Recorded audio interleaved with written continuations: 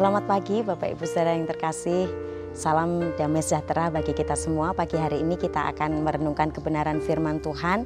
Saya beri judul renungan pagi hari ini yaitu menetap di dalam kebenaran.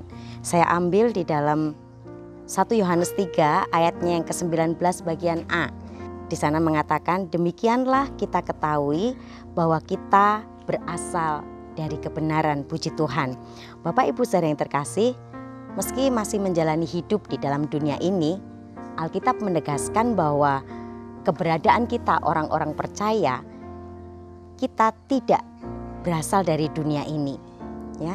Sehingga kita tidak sepatutnya kita memiliki pola hidup seperti pola hidup dalam dunia ini. Baik dalam pikiran kita, dalam tindakan kita, dalam perkataan kita harus tidak boleh sama dengan dunia ini. Di dalam Yohanes 15 ayat yang ke-19 di sana dikatakan, sekiranya kamu dari dunia, maka dunia mengasihi kamu sebagai miliknya. Tetapi kamu bukan dari dunia, melainkan Aku telah memilih kamu dari dunia, sebab itulah dunia membenci kamu. Dan karena kita berasal dari kebenaran, maka Tuhan memberikan Roh Kudus-Nya bagi setiap kita, roh kebenaran bagi setiap kita untuk menyertai kita dan untuk menolong setiap kita. Selain itu, Bapak Ibu Saudara yang terkasih, Tuhan juga memberikan sebuah tugas tanggung jawab bagi setiap kita. Ada amanat bagi orang-orang percaya, yaitu supaya saudara dan saya menjadi terang dan menjadi garam bagi dunia ini. Puji Tuhan. Inilah ciri hidup orang yang berasal dari kebenaran, Bapak Ibu Saudara. Orang yang berasal dari kebenaran, kita pasti hidup di dalam ketenangan dalam menjalani kehidupan kita. Karena di mana ada kebenaran, di situ akan tumbuh damai sejahtera, dan akibat dari kebenaran ialah ketenangan dan ketentraman untuk selama-lamanya. Di dalam Yesaya 32 ayatnya yang ke-17, puji Tuhan. Yang membuat orang sekali tidak hidup dalam ketenangan, Bapak Ibu Saudara, adalah ketika kita hidup dikuasai oleh dosa, dan sehingga setiap saat selalu timbul rasa bersalah dalam diri kita.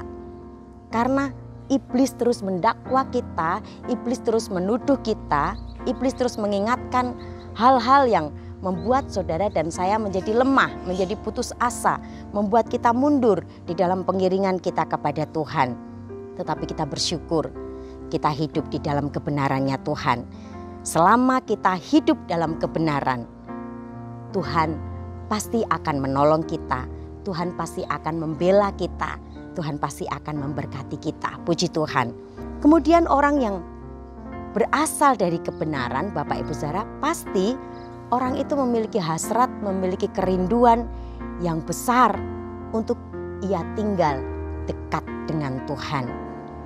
Sebab dia menyadari bahwa hanya dekat Allah saja aku tenang, daripadanya lah keselamatanku. Di dalam Mazmur 62 ayatnya yang kedua. Karena itu kita bisa berkata, lebih baik 1 hari di pelataranmu daripada 1000 hari di tempat lain. Lebih baik berdiri di ambang pintu rumah Allahku daripada diam di kemah orang-orang fasik. Puji Tuhan. Bapak Ibu Saudara yang terkasih, dimanapun kita berada, seberat apapun tantangan kita akan mampu melewati semuanya itu. Asal saudara dan saya dekat dengan Tuhan. Puji Tuhan. Yang ketiga, Bapak Ibu Saudara, orang yang berasal dari kebenaran, pasti orang itu akan lakukan perintah Tuhan dan berbuat apa yang berkenan kepadanya. Kita akan melihat bahwa orang-orang yang tinggal di dalam kebenaran, orang itu akan mengenal kebenaran. Dia akan mengenal pribadi Tuhan. Karena Tuhan sendiri, dia berkata, Akulah jalan dan kebenaran dan hidup. Di dalam Yohanes 14 ayatnya yang ke-6. Dalam hidup sehari-hari Bapak Ibu Saudara, setiap kita orang percaya, seringkali kita tahu kebenaran, tetapi kita tidak mau hidup di dalam kebenaran itu. Ya, di dalam 1 Yohanes 2 ayat yang ke-4 di sana dikatakan, barang siapa berkata, aku mengenal dia, tetapi ia tidak menuruti perintahnya, ia adalah seorang pendusta dan di dalamnya tidak ada kebenaran. Puji Tuhan. Yang dimaksud mengenal di sini Bapak Ibu Saudara yang terkasih adalah ginosko, artinya mengerti, mengetahui, menekankan pada sebuah pengalaman hidup kita bersama-sama dengan Tuhan. Bapak Ibu Saudara yang terkasih, tanda bahwa orang itu mengenal kebenaran, dia akan mempraktekkan kebenaran itu dalam kehidupannya melalui ketaatannya kepada firman Tuhan.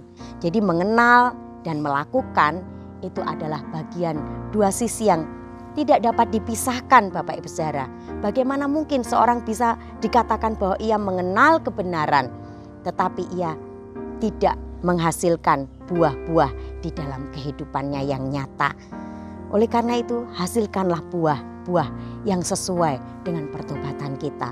Hidup dalam kebenaran itu juga tidak terjadi secara cepat, tetapi itu melalui sebuah proses Bapak Ibu Saudara. Ada harga yang harus dibayar dan hal yang utama bagi kita harus buka hati kita, buka telinga kita. Roh Kudus yang akan menuntun saudara dan saya berjalan dari kebenaran menuju kepada segala kebenaran. Ya, kita tahu bahwa ketika kita ada tinggal di dalam kebenaran, firman Allah katakan, jikalau kamu tetap dalam firman-Ku, kamu adalah benar-benar murid-Ku dan kamu akan mengetahui kebenaran dan kebenaran itu akan memerdekakan kamu. Ini bukan menjadi syarat kita untuk menjadi pengikut Tuhan, tetapi ini adalah tanda kita, yaitu kita menjadi murid Tuhan. Kita ada di dalam kebenarannya Tuhan dan kebenaran itu memerdekakan kehidupan setiap kita. Puji Tuhan Bapak Ibu Saudara yang terkasih, di dalam kebenaran kita lihat bahwa Tuhan bekerja dalam kehidupan kita. Ya. Setelah kita mengenal kebenaran, kebenaran itu akan membawa kita. Ya. Kita mengenal kebenaran, kita percaya kepada kebenaran oleh karyanya Tuhan di atas kayu salib. Sehingga kehidupan kita menjadi kehidupan anak-anak Tuhan. Kehidupan yang diwarnai dengan pembaharuan, diwarnai dengan perubahan-perubahan dalam hidup setiap kita. Oleh karena itu Bapak Ibu Saudara, orang yang berasal dari kebenaran. Dikatakan di 1 Yohanes 3 ayat yang ke-22. Dan apa saja yang kita minta, kita perolehnya daripadanya. Karena kita menuruti segala perintahnya dan berbuat apa yang berkenan kepadanya. Jadi jaminan bagi orang-orang yang taat untuk kita melakukan kebenaran, melakukan firman Tuhan adalah apa yang diminta, apa yang didoakan oleh setiap kita pasti dijawab oleh Tuhan. Puji Tuhan. Bapak Ibu Saudara, mari pada pagi hari ini kita harus terus hidup sebagai angkatan orang-orang yang benar. Karena hidup benar itu menjadi hidup yang langka, menjadi jarang bagi kita saat-saat ini. Tetapi ketika kita mau tetap tinggal di dalam Kristus, tetap menetap di dalam kebenaran, maka Roh Kudus itu, Roh kebenaran itu akan menolong saudara dan saya untuk kita tetap berjalan di dalam kebenarannya dan memberikan keberanian kepada kita untuk kita menyampaikan kebenaran itu dalam kehidupan setiap kita. Puji Tuhan, kebenaran firman Tuhan menjadi berkat bagi kita pagi hari ini. Kita akan sama-sama berdoa. Terima kasih Tuhan, kami mengucap syukur pada pagi hari ini. Kalau kami sudah mendengar kebenaran firman-Mu, Tuhan ajar kepada setiap kami Tuhan, untuk kami tetap menetap dan tinggal di dalam kebenaran-Mu. Engkau yang sudah memilih kami untuk kami masuk di dalam kebenaran-Mu Tuhan. Lewat karya-Mu di atas kayu salib, Engkau juga yang akan menolong kami. Roh Kudus akan menolong kami untuk kami melangkah di dalam perjalanan kehidupan kami di dalam dunia ini Tuhan. Kami mau tetap berjalan menuju kepada kesempurnaan Tuhan. Kami memang manusia yang lemah Tuhan. Kami belum sempurna, tetapi kami sedang berjuang untuk berjalan di dalam kesempurnaan kami. untuk menjadi sama seperti Kristus. Engkau memampukan kami Tuhan, memampukan setiap kami sehingga kami menjadi orang-orang yang tetap tinggal di dalam kebenaran firman-Mu. Terima kasih Tuhan, kami mau menaikkan doa syafaat kami pada pagi hari ini. Kami berdoa buat pekerjaan Tuhan yang ada di muka bumi ini, di seluruh dunia Tuhan, khususnya di bangsa kami, bangsa Indonesia. Biar pekerjaan Tuhan tetap maju, berkembang Tuhan. Engkau yang menolong, Engkau yang memberkati pekerjaan Tuhan. Sehingga menjadi pekerjaan Tuhan yang membawa dampak yang luar biasa buat bangsa dan negara kami. Kami juga berdoa Tuhan buat bangsa kami, buat penanganan COVID yang ada Tuhan. Kami serahkan di dalam tangan Tuhan. Kalau saat ini ditemukan Tuhan vaksinnya, Tuhan biar Engkau tolong Tuhan. Biar boleh berjalan dengan lancar Tuhan. Boleh dibagikan dengan baik, semuanya boleh menikmati vaksin ini Tuhan. Dan Tuhan menjaga, melindungi kami senantiasa. Berkati juga pemerintahan kami Tuhan, ketika mereka boleh bekerja sama dengan orang-orang yang ada di luar. Tuhan, mereka boleh bersama-sama mencari solusi untuk pencegahan ini Tuhan. Engkau memberikan hikmat buat para pemimpin kami, memberikan hikmat buat Tuhan Yesus, para pemimpin bangsa kami, sehingga ketika mereka menangani COVID ini Tuhan, mereka boleh menangani dengan baik dan benar. Terima kasih Tuhan Yesus, terima kasih. Kami juga berdoa buat sidang jemaat-Mu dimanapun mereka berada, khususnya sidang jemaat Tuhan yang ada di GPDIC OTW Temanggung.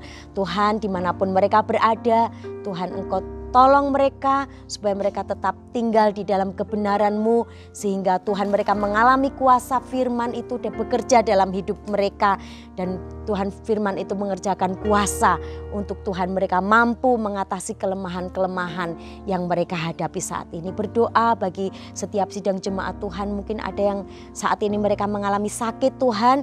Kiranya Tuhan jamah, Tuhan berikan kuasa-Mu dalam kehidupan mereka.